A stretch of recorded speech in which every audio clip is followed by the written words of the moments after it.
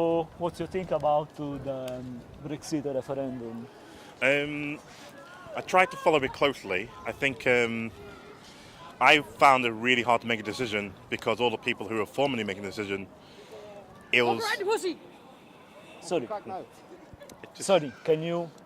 I'm I working, just okay? wanted to say hello, man. No, you're disturbing the camera. Sorry. You was saying? no worries, no worries.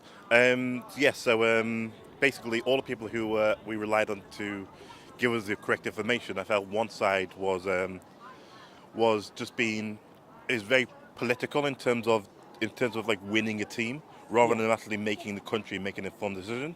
And I felt like a lot of things that we were told would happen if we were voted to leave aren't really happening. And I feel like we've just been left in a lurch, especially as soon as as soon as it went through, so many people started leaving, and so many people started going back. So many people went back on their word. Yeah. So I felt like, I don't know, it was very immature. Are you British? Did you vote for the I'm referendum? British, but I had an issue. I had an issue voting. I couldn't vote because I recently just changed address and I wasn't. Oh, okay, Yeah, and so if I tried hard enough, I probably could have voted, but What I didn't would you vote. have voted if you could? To stay. Stay. yeah, There wasn't a strong enough reason to leave, and What do you think about this borough that they voted? You know what they voted on this borough? sorry. Did you know what the percentage of the results on this borough? Oh, I don't know about this particular borough. but You live in this borough? You live yeah, but I knew like mostly down in the south of England. Okay, It yeah. was under 30-year-olds voted to stay mostly, and that's what won. I Yeah. knew up north it was the over 30-year-olds that voted to leave. Yeah. Got the majority of votes. Yeah. So I know around here, most people, the majority was to stay in, from Yeah. what I could see from the news. Yeah. So, what you think about what will happen now, and what's gonna happen actually in the? Well, it's difficult to say because there's so many different things up in the air. I mean, we've just had a new president of the United States as well, which is going to change a lot about our trading. Okay, yeah. And there's also, I mean, we're getting ready to come out of it, but Yeah. but also the new political party. When we fully get out, we may have a new prime minister by that time. So it's all up in the air. I don't really.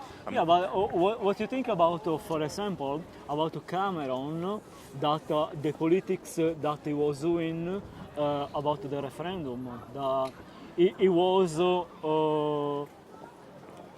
against Brexit, theoretically, but what you think personally? I think in terms of the actual Cameron as a person going round, I think he did a good job in terms of trying to send the message. But in terms of his party and how his party influenced what he was saying, I didn't think it was synchronized.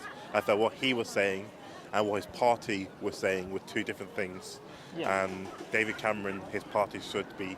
So he was the prime minister, so everybody should be backing him, but it wasn't like that. Yeah.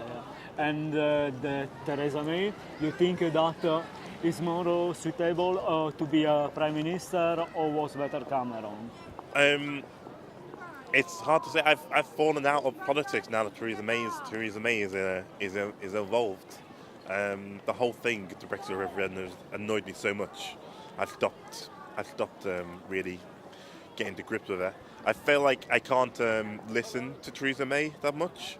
I find it hard to. With politicians, if they can speak, that's the best thing about them.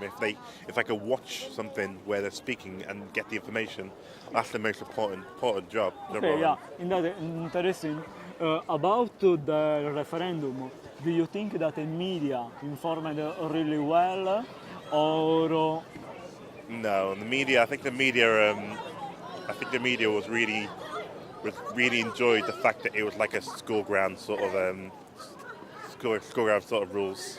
Yeah. And I feel like it was really immature. I think the media sort of pushed it on, not influenced it, but sort of encouraged the sort of bad behaviour of the referendum. Yeah, and yeah, yeah, I don't yeah. think the media acted responsibly. So, do you, they influence the people drastically? They were not balanced as they should be, or no?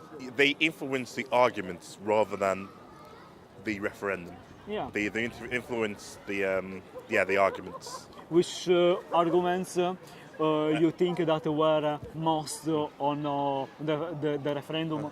Which were right and which were I think Nigel Farage Nigel Farage and Boris Johnson. I think they said a lot of things which weren't actually true, and they started to stay away from the facts and stay away from the right decisions. And because they're talking such because they're staying away from the real conversation. It meant the opposition to their choice had to also stay away from the correct conversation. yeah. And so I don't think. So I can't remember the question. Yeah, no. I was asking. You was talking about Farage. So the fact that Farage was using the argument of the immigration, you think it was right, or No, because you talk about a referendum at a time when the world needs to stick together and help. And so what he's done is taken one world situation and used it for his argument. And the fact that we were taking people in from Syria, it needs to be done. The whole country is taking people in from Syria, and so it shouldn't be used as a political argument about leaving the EU, because this country is built on immigration. America's built on immigration. The whole world now runs on immigration. We don't do anything in this country anymore. We're not an industrial country. We don't do anything. So we rely on world contacts, and so I think it's a good thing to take people in from Syria. yeah. About the jobs, you know that for that, because there are many immigrants that come here. Many of the jobs that they take, for example, Eastern European immigrants. If you see most of I used to think that. I came from a really small town, and we had a high population of like Polish people coming into the town. yeah, And I used to have the argument of like they're coming in, they're taking our jobs, and so I used to think I was right. And now that I've grown up older, now that I've matured, I realised that's not an argument. It's wrong. If people want to come to this country, they come to this country. If they want to apply for jobs, they can apply for jobs. And if people who are filling their jobs in think that they're the right people for the job, then they're the right people for the job. yeah, I think if you look at the job centre in this country and look at the push, there's only pushes into making people apply for jobs. If people come to this country and applying for jobs and getting jobs, they should have them. It's the best man for the job, no matter where you're from. We don't have a right just because we're born in this country, because we should have a right to go to another country and get a job, just as much as other people should have a right to come to our country and get a job. So, I can understand why people use the argument they're coming to our country, they're taking our jobs, but I don't agree with it. But another issue is that most of immigrants, especially from some countries, they get the lowest position of the job, such as manpower, and they get much less salary than what they should here as they were British. Yeah. Or no? Well, that's why we need to have a look at the jobs a lot more. Like we got the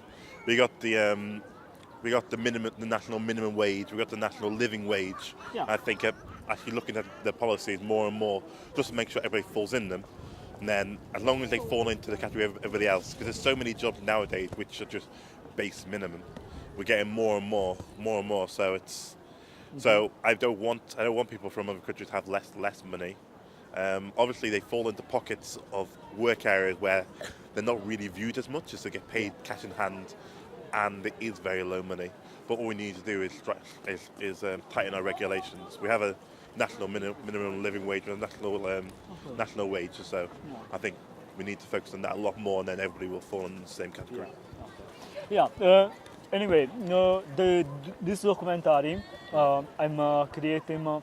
It's some more than a normal interview. If you like, if you have 5 minutes, and if you appreciate to see on the camera, this documentary I called that Reporter from One Day, and the descritta formati the subject. So this kind of documentary is a kind of participatory journalism documentary where I ask the people if we could involve other people in a conversation. Okay. So that's practically what I'm asking is if the person, such as you, could act as a reporter and do the same job that I'm doing. It's quite complicated. It's not really complicated because it's just talking. It's not being natural. So that's. I probably wouldn't be interested in that. No, that's all right. that's Sorry.